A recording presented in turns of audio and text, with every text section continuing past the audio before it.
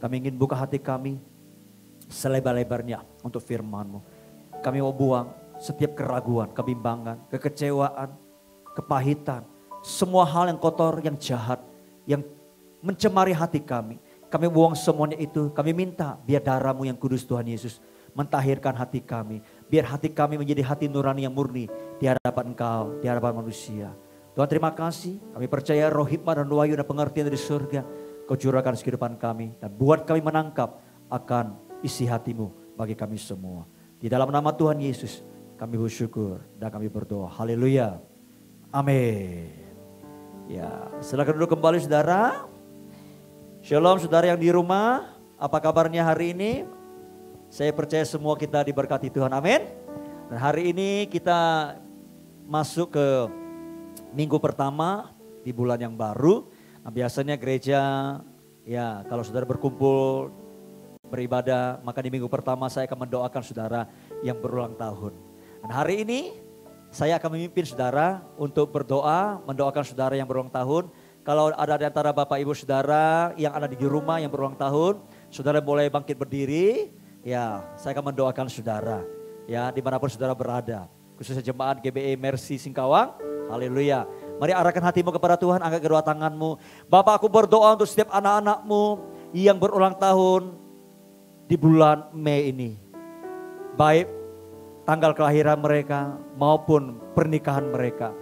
Tuhan, Engkau yang memulai kehidupan dalam kehidupan setiap anak-anakmu ini yang berulang tahun. Biar kiranya Tuhan terus menuntun, memberkati. Dan bertambahnya umur hidup mereka makin memuliakan Engkau Tuhan. Hamba berdoa sesuai dengan apa yang Kau rancangkan, sesuai apa yang Kau tetapkan. Biar itu jadi bagi hidup mereka. Biar di hari ulang tahun mereka, Tuhan berkati mereka. Karuniakan sukacita, damai sejahtera, kekuatan, pelindungan, kesehatan daripada Engkau ya Tuhan. Dan biarkan sepanjang umur yang baru ini hidup mereka makin dibawa Tuhan menggenapi panggilan dan rencana-Mu. Sehingga hidup mereka memuliakan Engkau Tuhan dimanapun Tuhan tempatkan hidup mereka Tuhan. Berkati kehidupan pekerjaan mereka, usaha, keluarga, rumah tangga. Segala hal yang mereka lakukan biar itu boleh makin berhasil, makin berkembang dan makin memuliakan Engkau ya Tuhan. Tuhan terima kasih, hamba lepaskan berkat-Mu atas setiap anak-anak-Mu di dalam nama Tuhan Yesus Kristus. Haleluya. Amin. Ya, sekali lagi selamat ulang tahun bagi saudara yang berulang tahun di bulan Mei ini. Oke, mari kita buka firman Tuhan, belajar bersama-sama dengan saya. Markus pasal yang ke-5 ayat yang ke-21 sampai 24. Hari ini saya berikan tema khotbah saya, ya tetap percaya di masa sukar saudara. Ya, haleluya. Nah, hari ini kita akan belajar dari seorang yang bernama Yairus.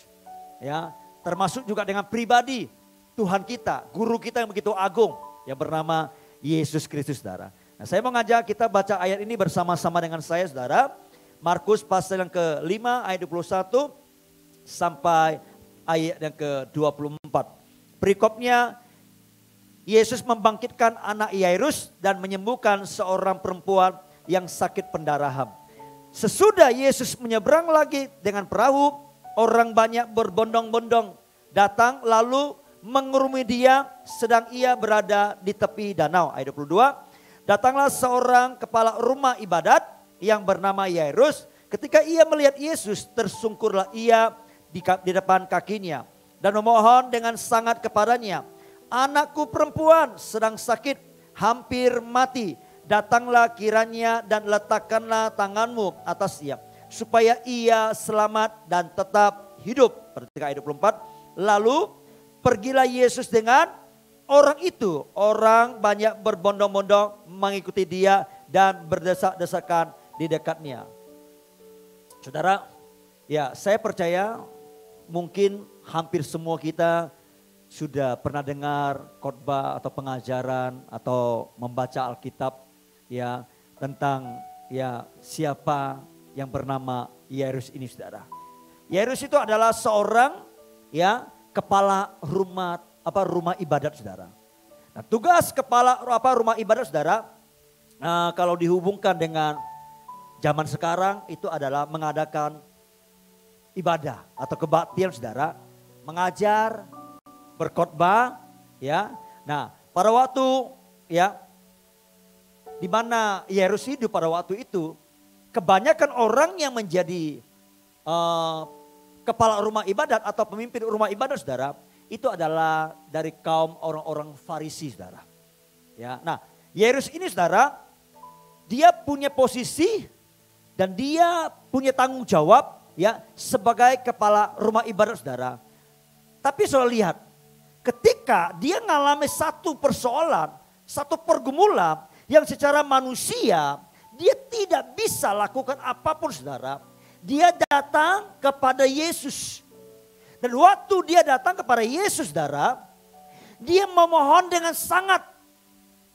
Dan itu menunjukkan bahwa dia ada dalam keadaan yang sangat-sangat tertekan, sangat-sangat depresi, sangat-sangat putus asa, saudara. Nah, mungkin pengharapannya juga sudah mulai hilang, saudara. Sehingga dia mau, bayangin seorang kepala rumah ibadat, dia mau tersungkur di depan Yesus, saudara. Dan meminta dengan sangat. Kalau bukan, dia benar-benar depres, putus pengharapan, saudara. Saudara bisa mengerti akan perasaan Yairus. Saya percaya kalau saudara sebagai orang tua, saudara punya anak. Saya juga sudah jadi orang tua, anak saya 3, saudara. Ya, saya seorang bapak.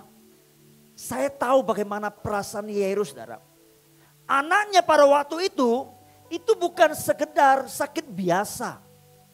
Atau flu mungkin, ya kan, kalau sekarang flu mungkin orang sudah curiga ya. Ya.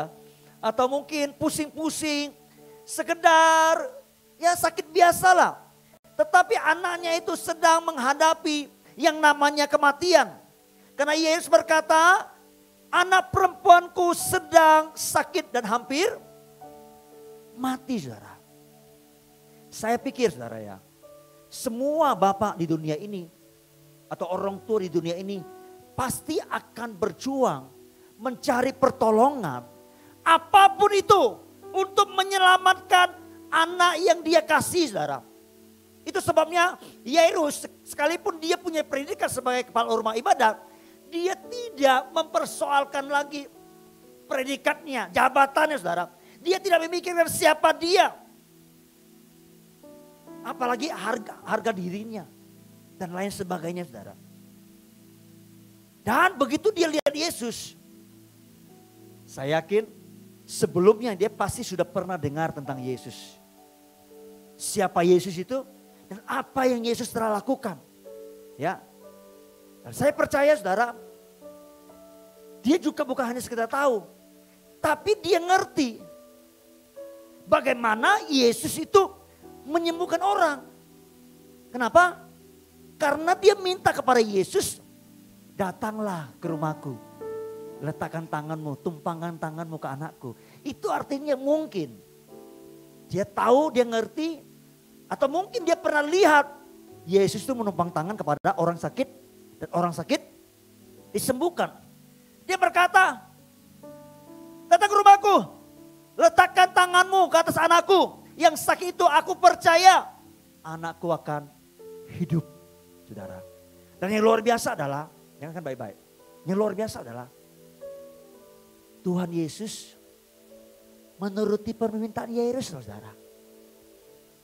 Yesus meresponi sesuai dengan permintaan Yairus. Ya kan?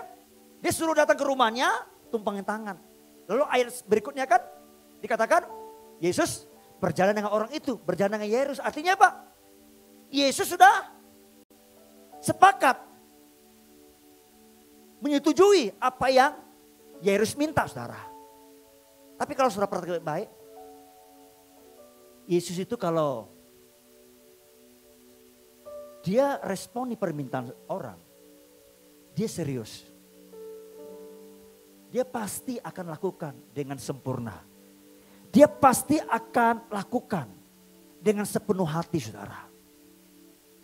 Ada satu kisah kalau saudara pernah baca, bagaimana Yesus bisa meresponi permintaan seseorang yang permintaannya berbeda dengan permintaannya Yairus. Yaitu permintaan seorang perwira yang yang hambanya sedang sakit, saudara. Ya, coba kita buka di kitab Matius pasal yang pasal ke-8 ayat yang ke-5, saudara, mulai. Di kisah ini diceritakan, saudara, bagaimana ketika Yesus masuk ke sebuah daerah yang bernama Kapernaum, saudara. Lalu tiba-tiba datang seorang perwira, ya, di Injil yang lain dituliskan dia utus hambanya atau ajudannya, saudara, untuk pergi ketemu Yesus. Tapi di kitab Matius ini dia pergi bertemu dengan Yesus dan dia mau mohon kepada Yesus. Ya. Ayat ke-5 begini. Ketika Yesus masuk ke Kapernaum, datanglah seorang perwira mendapatkan dia dan memohon kepadanya. Ayat ke-6. Tuhan, hambaku terbaring di rumah karena sakit, lumpuh, dan ia sangat menderita. Yesus berkata kepadanya, aku akan datang menyembuhkannya. Tetapi jawab perwira itu kepadanya, Tuhan, aku tidak layak menerima Tuhan dalam rumahku. Katakan saja sepatah kata, maka hambaku itu akan sembuh. Sebab aku sendiri seorang bawahan dan di bawahku ada pula prajurit. Jika aku berkata kepada salah seorang prajurit itu pergi, maka ia pergi. Dan kepada seorang lagi datang, maka ia datang. Ataupun kepada hambaku, kerjakanlah ini, maka ia akan mengerjakannya. Ayat 10. Dan setelah Yesus mendengar hal itu, heranlah ia dan berkata kepada mereka ia mengikutinya, aku berkata kepadamu sesungguhnya, iman sebesar ini tidak pernah aku jumpai pada seorang pun di antara orang Israel. Lalu kalau saudara lompat di ayat ke-13, dikatakan begini, saudara. Ayat 13. Yesus berkata kepada perwira itu, pulanglah dan jadilah kepadamu seperti yang engkau percaya. Saya mau ulangi ayat ini, saudara. Ya, mulai dari kata jadilah. Saya mau ngajak kita baca bersama-sama, saudara. Amin. Yang di rumah, ayo. 2, 3. Jadilah kepadamu seperti yang engkau percaya. Sekali lagi. Jadilah kepadamu seperti yang kau percaya. Dan apa yang jadi? Maka pada saat itu Alkitab mencatat sembuhlah hambanya itu, saudara. Saudara lihat ada 2 kisah yang dengan 2 permintaan yang berbeda. Satu minta Yesus datang ke rumahnya supaya Yesus meletakkan tangannya ke atas anaknya yang sakit. Dan Yesus meresponi sesuai dengan apa yang dia minta, yaitu Yairus, saudara. Tapi pada kesempatan yang lain, saudara, ada cerita di mana Yesus berhadapan dengan seorang perwira yang bawahannya, hambanya sedang sakit, saudara. Nah, perwira itu datang dan berkata kepada Yesus, Tuhan, gak usah datang ke rumahku. Tuhan hanya perlu katakan sepatah kata saja, ya, maka hambaku itu akan sembuh. Yesus juga meresponi permintaan perwira ini, saudara. Jadi saya mau katakan kepada kita semua, ya, saudara yang ada di rumah, dimanapun saudara yang sedang mengikuti ibadah ini, saudara, ya, dengarkan saya baik-baik. Yesus, dia meresponi permintaan Yairus. Dan Yesus juga meresponi permintaan perwira. Saya mau katakan, dia juga akan meresponi permintaan saudara. Ada amin? Yang di rumah ada amin? Haleluya, saudara. Nah, yang paling penting, saudara, apakah Yesus itu mendapatkan ada iman percaya kita kepadanya. Dari pihak kita harus punya iman percaya. Dan saudara harus tahu, jangan persoalkan bagaimana caranya Yesus menolong kita. Dia bisa letakkan tangannya kepada anak Yairus, dia juga bisa tanpa meletakkan tangan, cuma ngomong aja sepatah kata. Dan hamba dari perwira itu sembuh. Jadi bukan caranya yang perlu kita persoalkan saudara. Nah, seringkali kan orang mempersoalkan caranya. Tapi lupa akan sesuatu yang sangat penting sekali. Yaitu iman percaya. Adakah Tuhan menemukannya di dalam hati saudara dan saya, dalam hidup saudara dan saya? Karena Yesus Tuhan kita, dia hanya akan meresponi kalau dia mendapati ada iman percaya saudara. Namun seringkali kita mempersoalkan caranya. Kita klaim ini yang paling benar, yang paling jitu. Kita berkata metode ini yang paling tepat. Tapi saya mau katakan saudara, yang paling penting bukanlah metodenya, bukanlah caranya. Yang paling penting sekali lagi adalah iman percaya. Adakah itu hari ini di dalam hidup saudara dan saya? Karena iman itu, percaya itu adalah bahasanya Tuhan. Iman itu adalah frekuensinya atau jaringan di mana Tuhan bisa bekerja saudara. Saya percaya hari ini semua kita kan kalau yang sedang menyaksikan mengikuti ibadah ini pasti pakai HP kan? Rata-rata pakai HP ya, atau mungkin ada yang pakai TV ya. Dan itu perlu jaringan internet. Betul nggak? Betul nggak? Kan tidak serta-merta nongol gitu videonya gitu kan? Nggak seperti itu. Nah, HP yang kita pakai saudara, dia harus punya jaringan frekuensi di udara. Ya. Dan kalau misalnya jaringan frekuensi di udara itu adalah jaringan dari misalnya, maaf saya sebutkan salah satu ya, Telkomsel misalnya gitu. Ya, maka HP saudara mesti pakai kartu Telkomsel. Sehingga saudara bisa terkoneksi dengan jaringan yang atas, jaringan Telkomsel saudara.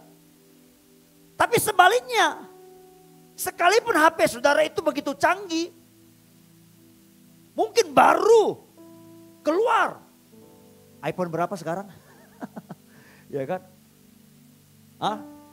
12, 11.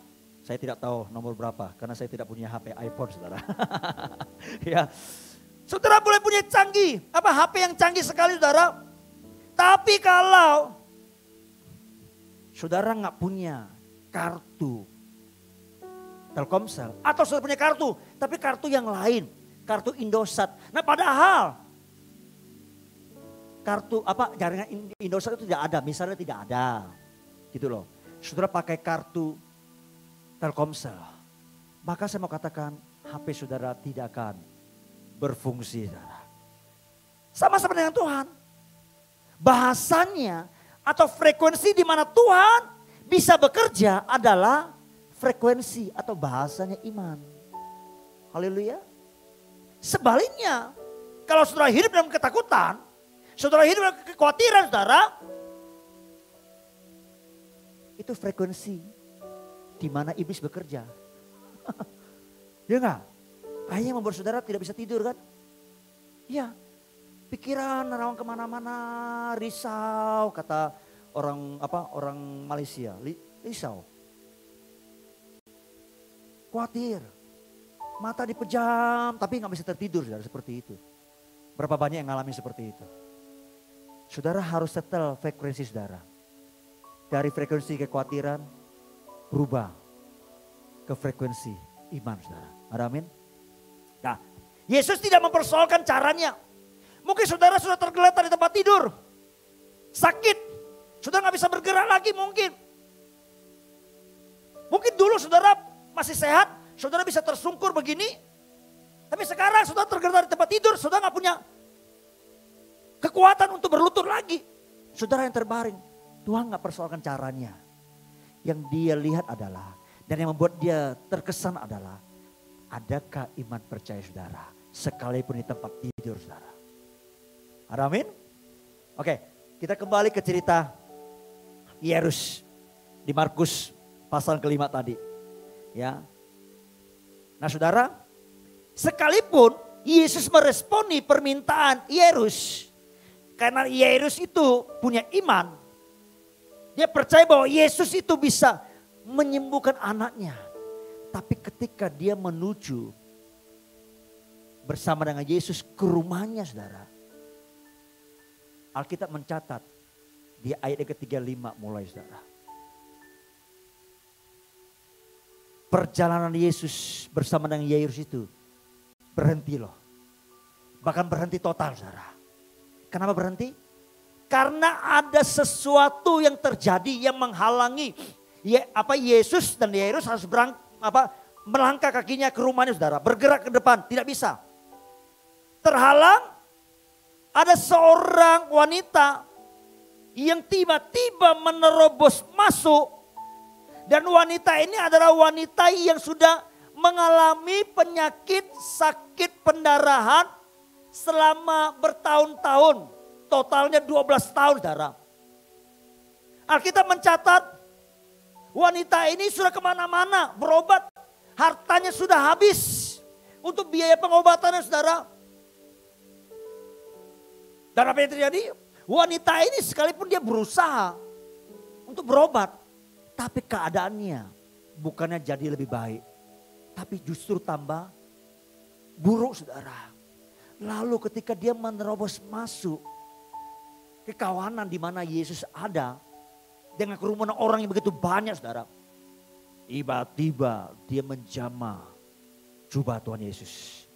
Dan ketika dia menjamah jubah Tuhan Yesus, saudara. Alkitab berkata, seketika itu juga pendarahannya berhenti. Haleluya. Dia jadi sembuh. Saya minta yang LCD bisa ikuti juga teksnya supaya yang di rumah juga bisa ikuti. Ya, seperti itu, saudara. Wanita ini ketika menjamah Tuhan Yesus, dia sembuh seketika, saudara. Dan pada saat yang sama, Yesus nggak tahu secara manusia siapa yang menjamah dia. Tiba-tiba dia merasa ada sesuatu yang keluar, ada kuasa yang keluar dari dirinya, saudara. Dia berpaling kepada banyak orang. Dia berkata begini, siapa yang menjamahku? Saudara, lalu pada saat ketika Yesus berkata siapa yang menjamah aku, wanita yang sudah menjamah Yesus dan menjadi sembuh, dia menjadi takut. Lalu dia tersungkur di depan Yesus. Dan dia menceritakan semua yang terjadi, saudara.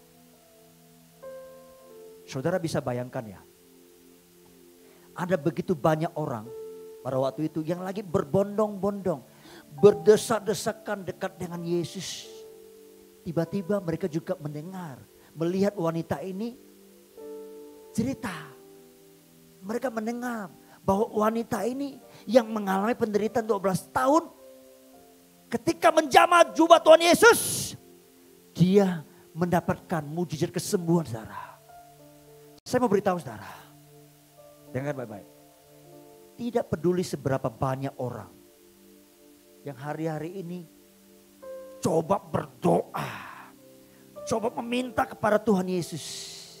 Tapi hanya orang berimanlah yang akan mengalami jawaban doa dan kuasa dari Tuhan. Wanita ini, saudara, dia punya iman. Dia berkata, asal ku jamah jubahnya, aku akan sembuh. Yang Tuhan lihat itu adalah iman kita, saudara. Yang lain nggak alami apa-apa, cuma hanya mendengar doang. Ya, kita mendengar kalau ada mujizat kita juga senang. Tapi saya berharap kita menjadi orang yang tidak hanya menjadi pendengar. Tapi kita mengalami kuasa Tuhan. Kita mengalami kemuliaan Tuhan. Kita mengalami mujizat Tuhan. Sehingga kita bukan menjadi orang yang mendengar. Tapi kita menjadi orang yang bersaksi. Menceritakan bahwa Tuhan itu begitu luar biasa, saudara. Ada amin? Dan di ayat ke-35, saudara. Ya, ayat 35. Ketika Yesus masih berbicara dengan wanita itu, tiba-tiba datanglah orang dari keluarga Yairus.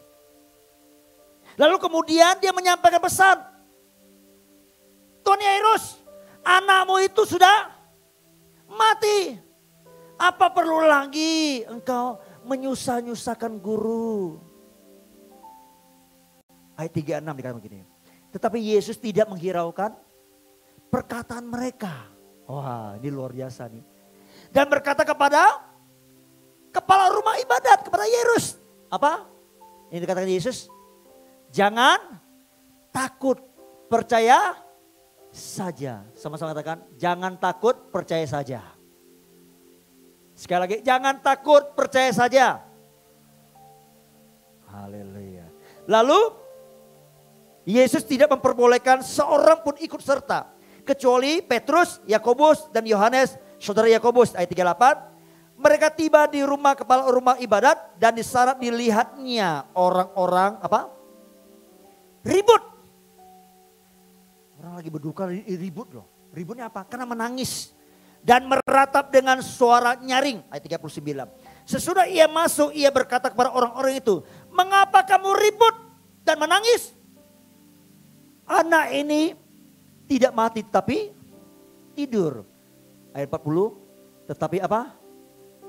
Mereka mentertawakan dia, saudara. Saya begitu baca ayat ini, saudara. Saya sempat berpikir, bagaimana mungkin ya ada orang tiba-tiba dia bisa berubah begitu cepat dari kesedihan yang begitu mendalam, menangis dengan suara yang nyaring dan meratap.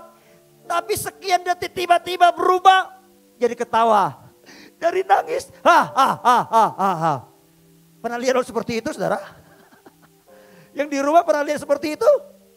Saya percaya kalau saudara pernah lihat orang seperti itu, saudara pasti akan punya asumsi. Orang itu pasti orang gila. Ya kan? Sebentar nangis, sebentar ketawa. Sebentar ketawa, sebentar nangis. Nah, seperti itu. Ada yang seperti itu di sini? Di rumah ada yang seperti itu? Saya berharap tidak ada, saudara. Nah, ketika saya pelajari, ternyata di zaman itu, saudara, ada orang yang memang dia punya pekerjaan, dia punya profesi sebagai penambah sedih. Kerjanya membuat orang sedih, membuat orang tambah sedih, saudara, seperti itu. Ya, pada waktu itu kalau ada orang, keluarganya itu sedang berduka, saudara, atau meninggal, maka orang-orang ini akan diundang. Ya, dibayar untuk apa? Untuk membantu keluarga yang sedang berduka itu. Makin sedih, makin tambah menangis, saudara, seperti itu, saudara. Saya berharap tidak ada di antara kita yang punya panggilan atau profesi seperti itu. Membuat orang tambah sedih. Amin. Haleluya. Lanjut. Maka diusirlah semua orang itu lalu dibawanya ayah dan ibu anak itu dan mereka bersama-sama dengan dia masuk ke kamar anak itu. 41. Lalu dipegangnya tangan anak itu katanya, Talita kum, yang berarti hai anak, aku berkata kepadamu, bangunlah. Seketika itu juga anak itu bangkit berdiri dan berjalan. Sebab umurnya sudah 12 tahun. Semua orang yang hadir sangat takjub. Ayat 43. Dengan sangat ia berpesan kepada mereka supaya jangan seorang pun mengetahui hal itu. Lalu ia menyuruh mereka memberi anak itu makan. Saudara, saya mau saudara bayangkan bagaimana kronologis cerita ini terutama dari sisi Yairus. Apa yang Yairus rasakan di waktu itu, di hari itu. Sesuatu yang sangat berat sekali. Pergumulan, persoalan, permasalahan yang sedang dia alami, saudara. Dan saya sebagai seorang bapak, saya bisa merasakan. Kenapa? Karena waktu itu, saudara, moodnya, pirasannya si Yairus, saudara.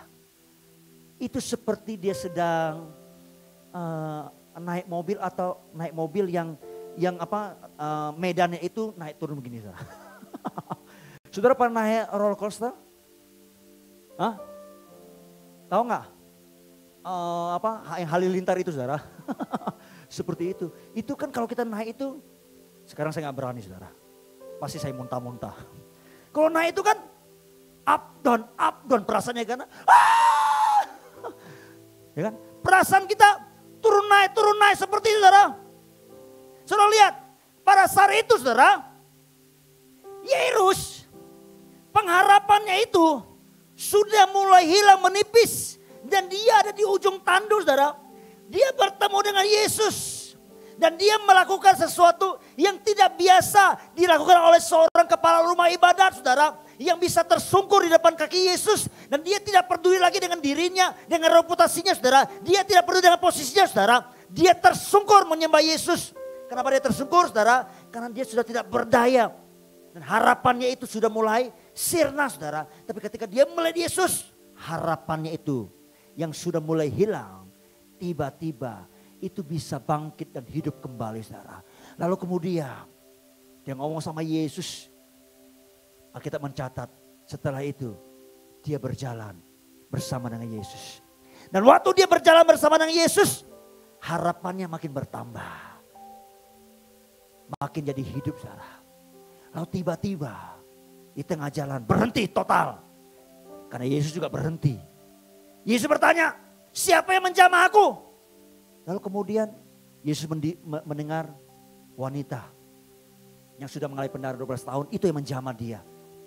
Bagaimana wanita ini ketika menjamah Yesus, dia bisa merasakan kuasa Tuhan itu mengalir keluar dari tubuh Yesus ke dalam tubuhnya. Dan wanita ini mengalami penyembuhan saudara.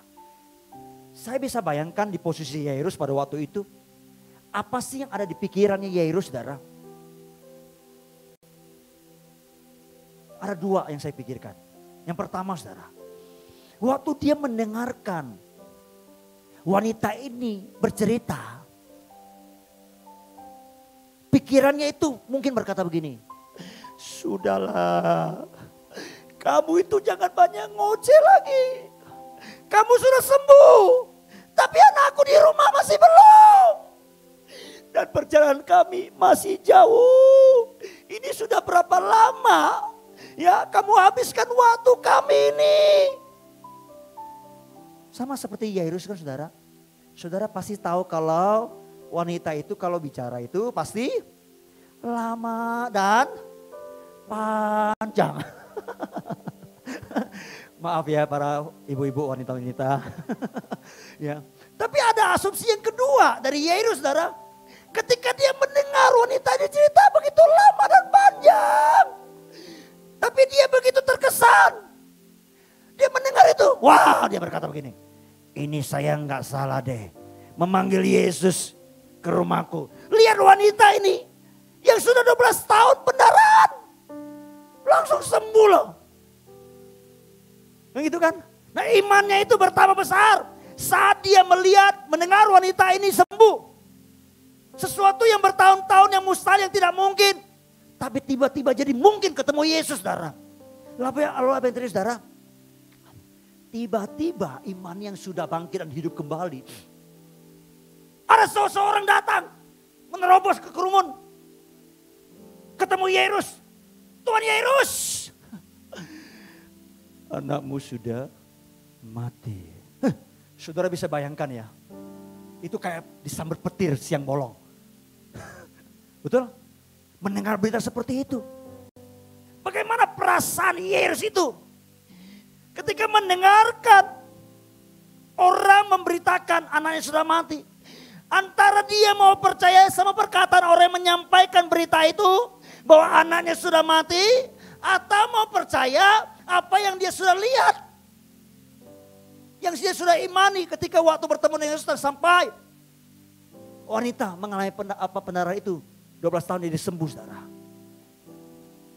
Antara mau percaya sama situasi berita yang didengar. Atau imannya itu yang dia lihat. Saudara pernah mengalami situasi seperti itu? Antara mau percaya kenyataan. Masalah yang kita hadapi. Atau mau percaya kepada janji Tuhan. Pernah mengalami keadaan seperti itu? Seolah-olah kita terjepit saudara. Diperhadapkan dengan dua pilihan. Dan gak bisa dua-duanya. Harus satu saudara. percaya kepada perkataan Yesus, percaya kepada perkataan firman, atau percaya kepada situasi, berita-berita yang kita dengar dan kita mengalami, saudara. Dengarkan saya baik-baik, saudara. Saudara harus tahu, ketika saudara sudah punya iman, imanmu itu langsung terkoneksi dengan Tuhan. Amin. Amin. Tapi dengarkan baik-baik. Iman kita dengan Tuhan itu sangat dipengaruhi oleh pengenalan kita akan pribadinya. Banyak orang mengalami mujizat tapi tidak kenal pribadinya. Setelah itu, mujizat setelah lewat, saudara, hadapi persoalan lagi. Kalau dia nggak kenal Tuhan, dia bisa tinggalkan Tuhan. Berapa banyak yang saudara tahu di dunia ini, orang-orang dulu yang begitu berapi-api ngalami Tuhan, ngalami mujizat kuasanya, tapi tidak kenal Tuhan. Begitu proses kehidupan terjadi, ada pergumulan persoalan yang begitu menekan, begitu membuat dia depresi, saudara. Imannya bisa hilang. Lalu dia tinggalkan Tuhan. Berapa banyak yang seperti itu, saudara? Dalam kehidupan saya, saudara, saya juga pernah hadapi beberapa kali situasi yang seolah-olah saya dijepit antara mau percaya keadaan, kenyataan, realita, atau mau percaya kepada janji Tuhan, saudara. Dan pada saat seperti itu, ya, kayaknya sudah nggak ada pegangan, kecuali kita mengandalkan Tuhan. Nggak ada jalan lain, saudara, kadang seperti itu, saudara. Tapi kalau saudara kenal Tuhan, saudara, ya, maka saya percaya iman saudara nggak pernah gugur. Iman saudara pasti akan bertumbuh, saudara. Tapi kalau saudara nggak kenal Tuhan, nggak kenal sifatnya, nggak kenal pribadinya, nggak kenal karakternya, saudara, nggak heran kalau banyak di antara saudara atau banyak di antara orang lain yang lebih percaya kepada berita-berita yang lain. Lebih percaya kepada situasi, masalah, pergumulan yang dia hadapi, saudara. Sekarang dunia sedang mengalami krisis ekonomi. Bahkan juga mungkin bisa krisis pangan, saudara. Ya kan? Nah, apa yang harus kita lakukan? Kita nggak bisa sangkali bahwa itu kenyataan. Sudah terjadi kan gitu kan? Nggak bisa sangkali, saudara. Iman itu bukan sangkali kenyataan yang ada. Tapi iman itu akan berkata, sekalipun orang berprediksi kenyataan seperti itu dan memang mengarah ke sana, tapi aku punya janji Tuhan. Tuhan berkata, Dia yang memelihara, Dia yang menjaga. Kalau burung pipit di udara, Dia pelihara, apalagi saya. Kalau saudara kenal pribadinya, kenal karakter, kenal sifatnya, saudara, maka saya percaya, saudara, iman saudara akan bertumbuh sekalipun di tengah-tengah kondisi yang sulit, saudara. Amin. Amin, Bapak Ibu Saudara yang di rumah. Haleluya, ya. Nah, saya mau sampaikan beberapa sifat karakter Tuhan, pribadinya Tuhan yang melekat pada dirinya, yang tidak bisa hilang dari hidup, dari diri Tuhan, saudara. Kalau saudara kenal dia, kenal karakternya, kenal sifatnya ini, saya mau katakan saudara, saudara akan mengalami terus yang namanya kuasa dan kemuliaan Tuhan dalam kehidupanmu. Sekalipun saudara di tengah-tengah kondisi kesulitan, kesukaran dan pergumulan saudara. Haleluya. Yang pertama saudara, saudara harus tahu bahwa Tuhan yang kita sembah, Dia punya sifat, Dia punya karakter adalah setia. Tuhan kita adalah Tuhan yang setia. Amin. Katakan sama-sama dengan saya. Tuhan itu setia. Itu karakternya Tuhan. Itu pribadi aslinya Tuhan. Dia tidak pernah berubah. Dia setia. Alkitab berkata dalam 1 Korintus 1 ayat 9. Allah yang manggil kamu kepada persekutuan dengan anaknya. Yesus Kristus Tuhan kita adalah setia. Dia adalah Tuhan yang setia. Saudara bisa mengandalkan, bergantung kepada kesetiaannya saudara. Bahkan lebih esteem lagi saudara tentang kesetiaannya. Kalau saudara baca di 2 Timotius pasal yang kedua ayat 13 berkata begini saudara. Jika kita tidak setia, dia apa?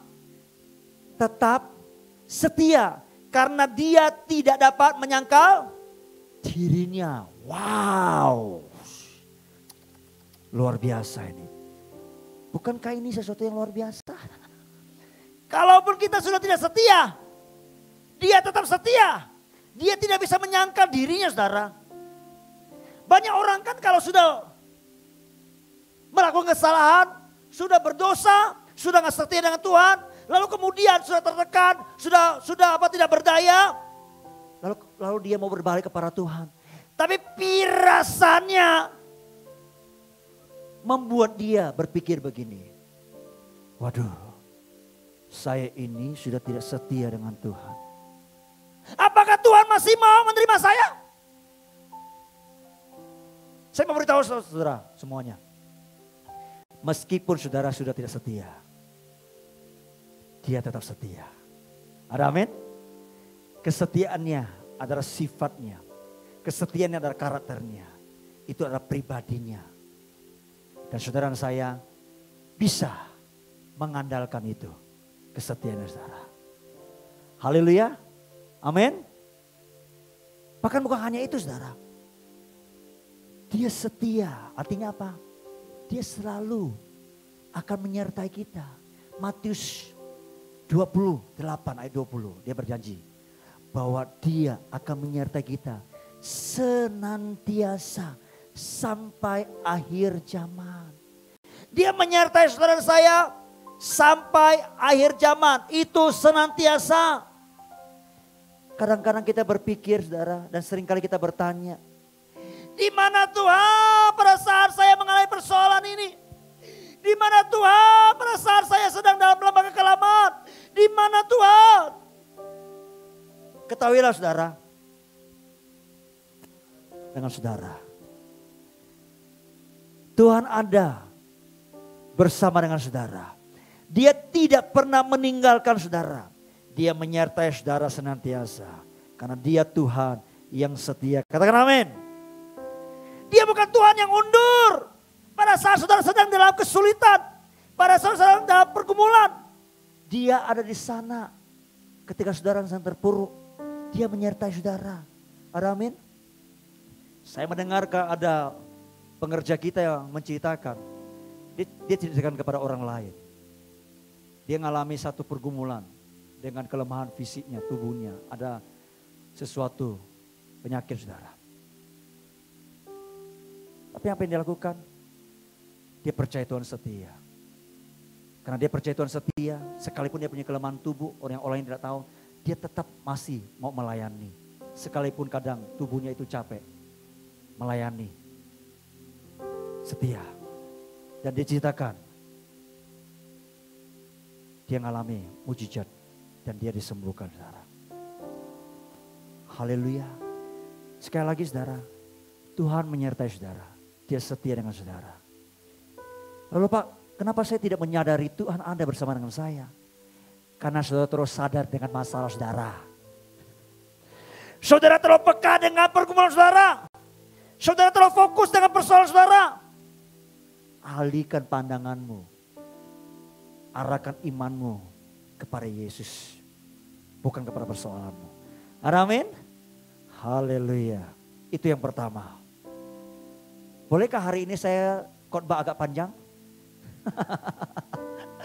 Karena ada beberapa saudara jemaat berkata begini, kalau Pak Askim khotbah hari ini, sekarang live streaming online itu pendek sekali. nggak puas katanya seperti itu. Ya, kadang kalau cuma lihat di HP kecil begini kadang membuat orang bosan. Kalau tidak sungguh-sungguh, saudara. Tapi apa yang saya sampaikan hari ini sudah diberkati, amin. Yang di sini diberkati, haleluya. Ya dong, harus amin. Supaya saya tambah semangat, saudara. Masih ada 10 poin lagi. Wah, oke. Yang kedua, saudara, yang kedua. Yang pertama tadi Tuhan kita setia, saudara.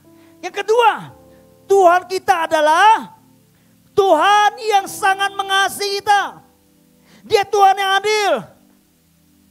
Mazmur 116 ayat 5 berkata begini. Tuhan adalah pengasih dan adil. Allah kita penyayang. Wow. Dia adalah Allah yang pengasih. Dia adalah Tuhan yang adil. Dan bukannya itu Alkitab berkata, dia Tuhan yang penyayang. Itulah sifatnya, itulah pribadinya. Dia sangat menyayangi saudara dan saya. Dia sangat mengasihi kita semua, saudara. Ada amin? Mungkin saudara bertanya, Pak, benarkah Tuhan mengasihi saya? Ya, dari ayat ini kita baca, Tuhan mengasihi saudara dan saya. Saudara yang menyaksikan live streaming ini, saudara yang di rumah, saudara yang di rumah sakit, atau di tempat yang lain saudara dengarkan baik-baik. Saya mau sampaikan, Tuhan mengasihi saudara. Dan bukti dia mengasihi saudara, dia mati di atas kayu salib. Sebagai wujud kasihnya kepada saudara dan saya.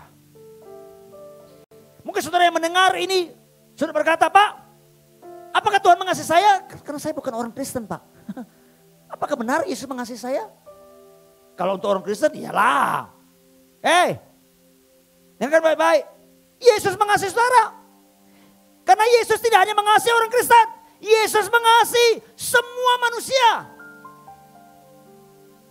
Termasuk saudara yang sedang menyaksikan hari ini. Sekalipun saudara bukan orang Kristen. Yesus mengasihi saudara. Amin. Enggak peduli saudara suku apa. Ras apa. Dari bangsa mana. Tinggal di mana. Enggak peduli. Saya mau sampaikan pesan Tuhan ini. Tuhan Yesus mengasihi saudara. Amin. Haleluya. 2. 1, dia setia. 2. Pengasih, adil, penyayang. Yang ketiga, saudara. Yang ketiga. Ya. Dia adalah Tuhan yang komitmen dengan janjinya. Dia bukan Tuhan yang suka bohong. Saya belum dengar kata amin. Yang di rumah saya nggak bisa dengar sih sebenarnya. Bilangan 23 ayat 19. Dikatakan begini. Allah bukanlah manusia sehingga ia berdusta. Bukan anak manusia sehingga ia menyesal. Masakah ia berfirman dan tidak melakukannya. Atau berbicara dan tidak menepatinya. Saudara perhatikan baik-baik. Kisah Yairus yang tadi kita baca saudara. Bagaimana Yairus dari awal. Dia bertemu dengan Yesus. Dan Yesus berjanji kepada Yairus akan menyembuhkan anaknya. Walaupun tidak tersurat, saudara. Karena Alkitab tidak mencatat di sumber oke ya. Aku akan menyembuhkan anakmu. Tidak kan? Dari Markus ini. Tapi kalau saudara simak baik-baik. Ketika Yairus meminta Yesus ke rumahnya. Dan Yesus mau berjalan bersama Yairus. Itu indikasinya artinya secara tersirat. Yesus meresponi apa yang Yairus minta. Sehingga dia berjalan bersama Yairus. Artinya apa? Dia setuju dengan apa yang Yairus minta. Artinya dia mau sembuhkan anaknya itu, saudara. Dan Alkitab mencatat begitu tiba sampai ke rumahnya. Anak Yairus disembuhkan. Dia sudah janji itu, saudara. Karena dia bukan manusia. Kalau berjanji sering ingkar. Berapa banyak di antara saudara yang seperti itu. Yang di sini, yang di rumah. Sudah berjanji. Komitmen. Ya kan? Nyatanya begitu ada pergumulan, ada persoalan. Ya disuruh pilih mana mementingkan diri sendiri, mana mementingkan Tuhan. Lebih banyak yang memilih kepentingan diri sendiri. Ya kan? Sama seperti Petrus. Awalnya berkuar-kuar. Aku akan mati bagi Yesus. Aku akan mati bagi Engkau Tuhan. Nggak peduli apapun. Cuma gara-gara ditanya, apakah engkau pengikut Yesus itu? Dia sangkali Yesus. Berapa banyak kita yang seperti itu? Kalau saudara ada yang seperti itu, saya minta saudara bertobat. Haleluya. Saudara mungkin tersinggung. Nggak peduli saudara tersinggung. Saudara mesti bertobat. Karena Allah kita adalah Allah yang setia. Komitmen dia, pegang janjinya. Berapa banyak saudara yang sudah janji dengan Tuhan? Tepati. Apalagi saudara yang nasar. Saudara yang pernah nasar kan baik-baik. Tepati nasarmu saudara. Haleluya. Ya. Karena Tuhan senang dengan orang yang komitmen saudara. Pegang janjinya saudara. Dia Tuhan yang menepati semua janjinya. Dia Tuhan yang menepati semua firman-Nya. Karena saudara bisa mengandalkan. Saudara bisa percaya akan sifatnya. Akan karakternya. Bahwa dia adalah Allah yang penuh dengan komitmen memegang janjinya saudara. Amin. Selanjutnya, yang keberapa sekarang? Keempat saudara. Dia adalah Allah yang setia. Dia adalah Allah yang adil, penyayang, pengasih. Dan dia adalah Allah yang komitmen, pegang janji. Yang keempat, dia adalah Allah yang peduli. Sama-sama katakan, Allahku adalah Allah yang peduli. Dia adalah Allah yang peduli sama saudara. Alkitab katakan kepeduliannya begitu luar biasa. Sampai-sampai, ini ekstrim sekali. Kepala di rambut saudara dan saya itu dihitung semuanya. Dan menurut saya ini kan sebuah pernyataan yang sangat ekstrim sekali tentang kepedulian Tuhan. Saya mau tanya saudara yang di rumah. Adakah atau pernahkah saudara menghitung rambut di kepala saudara? Hah? Memang sih ada beberapa saudara yang kepalanya, yang rambutnya mudah dihitung. Daripada kepala-kepala yang lainnya saudara. Tapi kenapa Yesus berkata, rambut di kepalamu itu dihitung tahu jumlahnya. Dia cuma ingin meyakinkan saudara.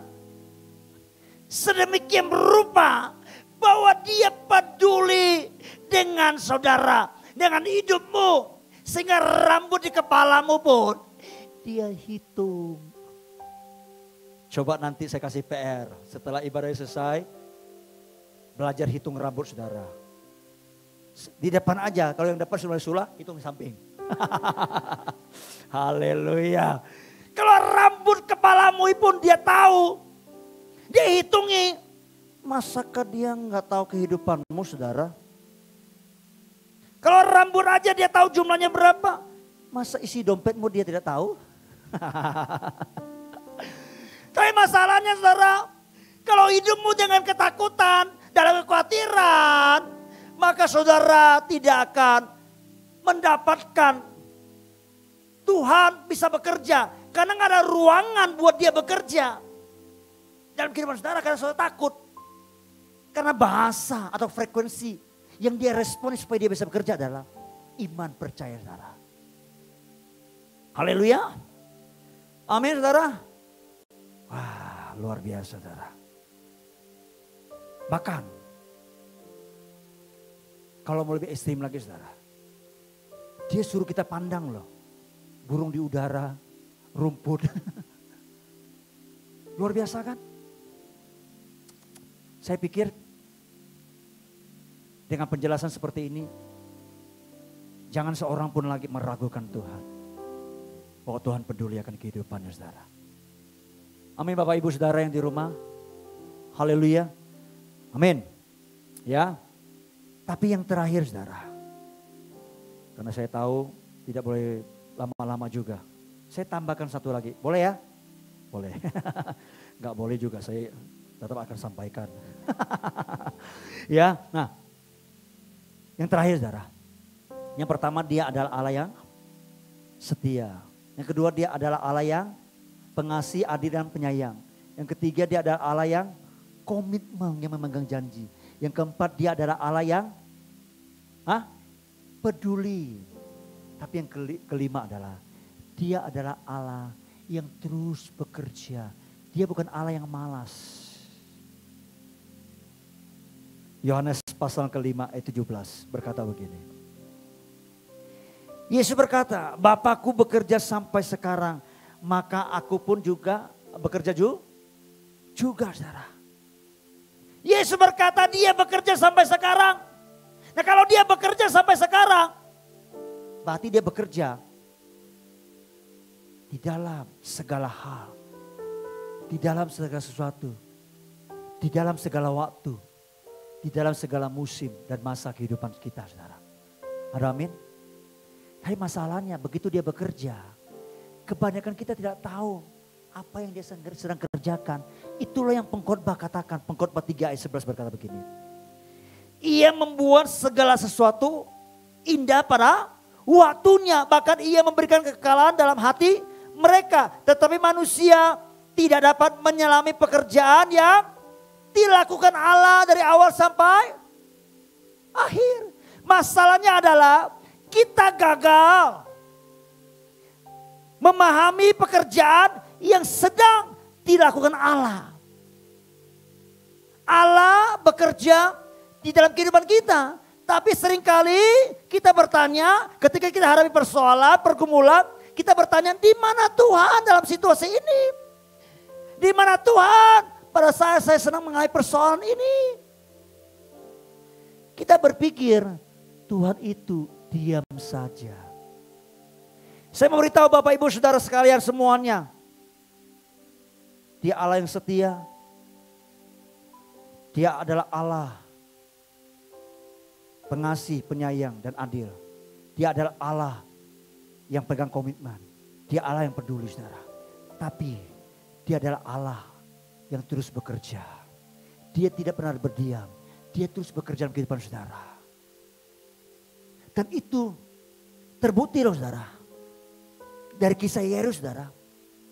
Pada saat utusan datang dan melaporkan. Yairus,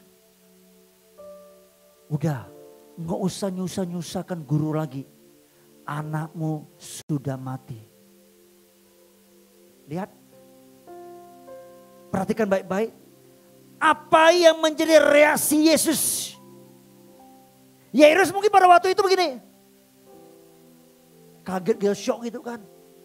Antara mau menangis. Antara mau histeris atau mau teriak atau apa. Tapi Yesus, dia tidak diam. Dia tidak diam. Dia nggak juga berkata begini.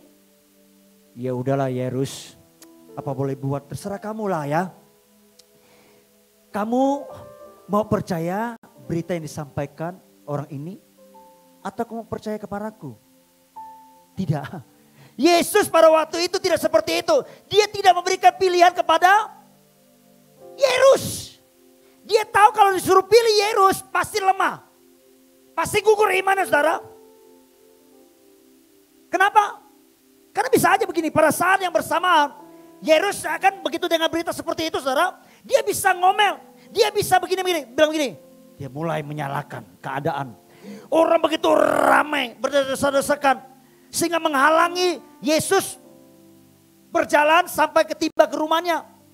Terutama ini wanita ini yang sudah sembuh pendarahan 12 tahun. Dia bisa bilang begini. Wanita, ini gara-gara lu ya. Kelamaan banget. Kalau lu cerita, gak usah lama-lama. Coba tadi gak usah cerita lama-lama. Mungkin kami sudah sampai di rumah. Dan Yesus sudah sempat melihat anakku. Dia tumpang tangan kepada anakku. Dan anakku sembuh. Tapi sekarang, coba lihat, kau dengar itu, anakku sudah mati. Dia bisa seperti itu. Tapi dia juga bisa bilang gini. Oke lah Tuhan, ya udahlah apa boleh buat. Kui sera-sera, terjadilah Tuhan. Enggak usah lagi ke rumah anakku, ke rumahku. Anakku sudah mati. Mau apa lagi sekarang, udahlah Tuhan. Yesus, dia tidak membiarkan Yairus bereaksi. Dia tidak membiarkan Yairus memilih, saudara. Oh, saya melihat sisi ini. Begitu luar biasa Tuhan kita bekerja, saudara. Ya, nah kalau perhatikan baik-baik, saudara. Sejak orang itu datang membawa kabar buruk kepada Yairus bahwa anaknya Yairus itu mati. Yesuslah yang terus bekerja, sibuk bekerja. Apa yang dilakukan, saudara? Apa yang Yesus lakukan? Dia menenangkan Yairus. Jangan takut, percaya saja. Mungkin ada yang tanya, dari mana Bapak tahu kok Yesus menenangkan dia? Ya dari bahasanya itu. Tapi dari mana Yesus bisa tahu ini lagi ketakutan nih? Nah gitu kan? Karena dia sudah melihat Yairus ingin bergerak, pindah dari frekuensi iman, dari frekuensi percaya menuju kepada ketakutan, kekhawatiran, saudara. Dan Yesus tidak membiarkan itu terjadi, saudara. Dan dia nggak berhenti di situ, saudara. Saudara, apa yang terjadi, saudara? Dia bekerja dengan ekstrim. Begitu dia berkata, jangan takut, percaya saja. Mungkin ya, mungkin. Bahasanya, dia tarik tangan Yairus, ayo kita jalan ke rumah. Jalan. Sampai di rumah, saudara. Apa yang Yesus lakukan? Yesus melihat begitu banyak orang yang lagi ribut. Tapi yang luar biasa, saudara. Sebelum sampai ke rumah Yairus, dia tidak membiarkan orang-orang banyak itu ikut. Dia cuma hanya izinkan 3 orang selain Yairus.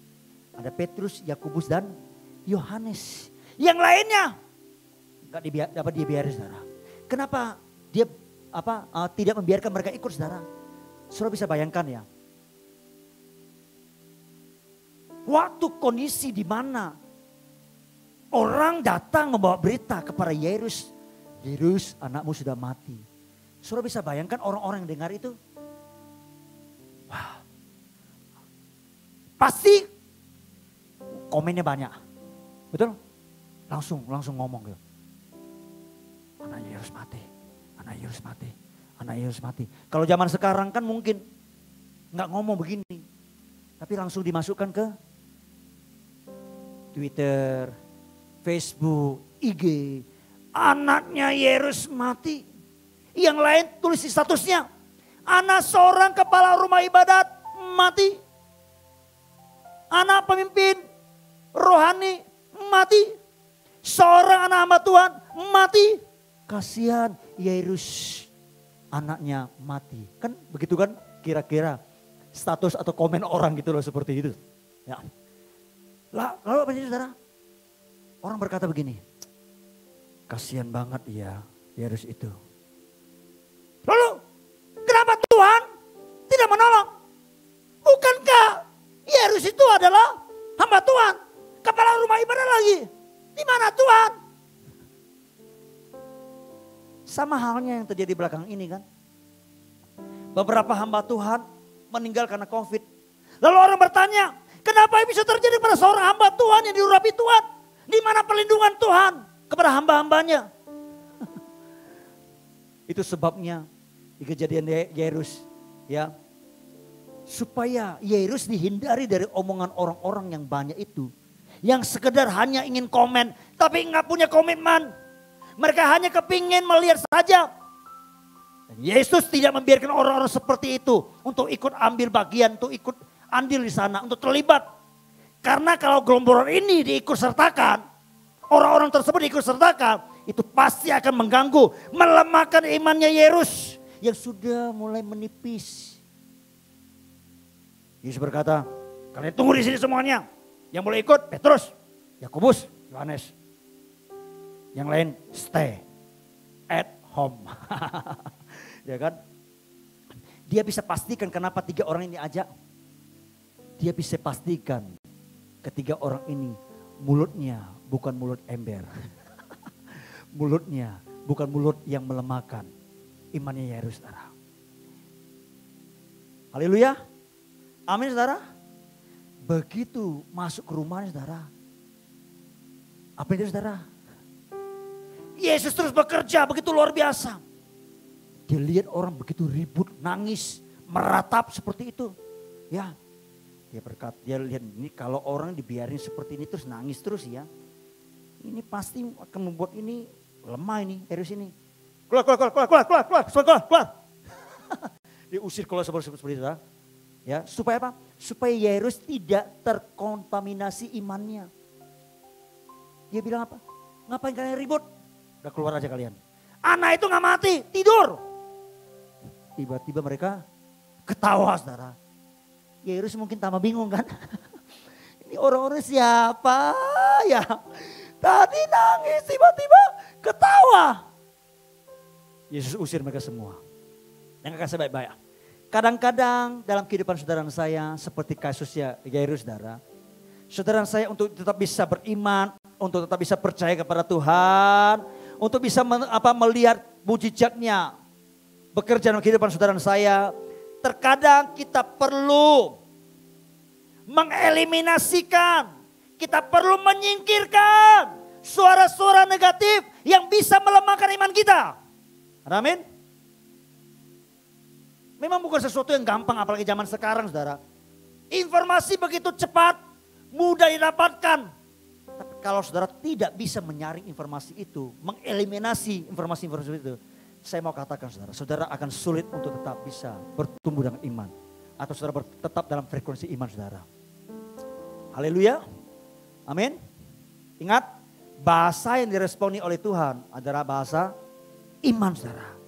Karena iman itu akan memberikan ruang untuk Tuhan bekerja dalam kehidupan kita semua saudara. Dan Tuhan bekerja.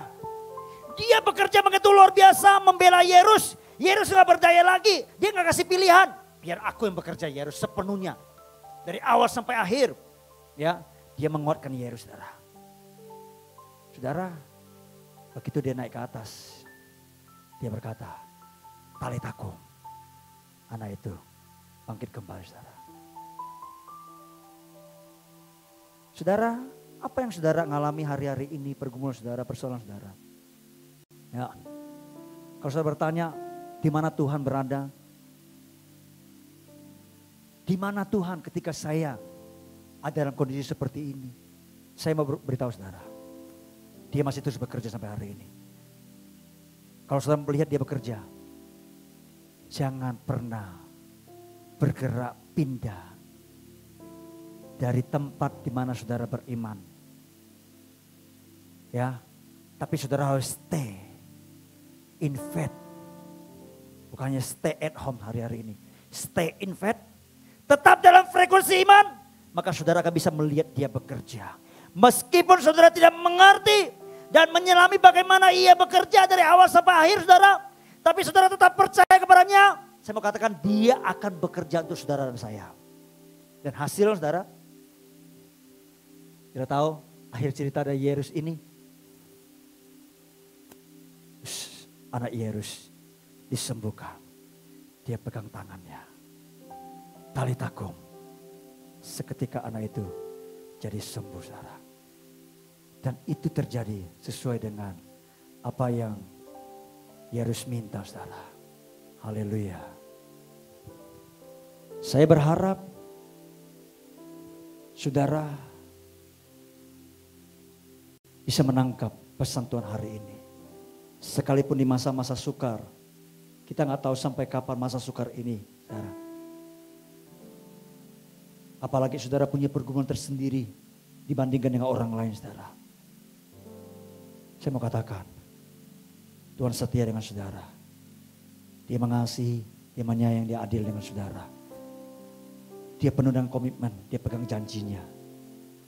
Dan saya mau katakan, dia peduli dengan hidup saudara. Dan dia masih terus bekerja sampai hari ini. Ada amin? Ada amin? Saya tidak tahu bagaimana atau apa yang saudara minta hari-hari ini kepada Tuhan. Tapi saya mau katakan kepada saudara sekali lagi. Adakah iman?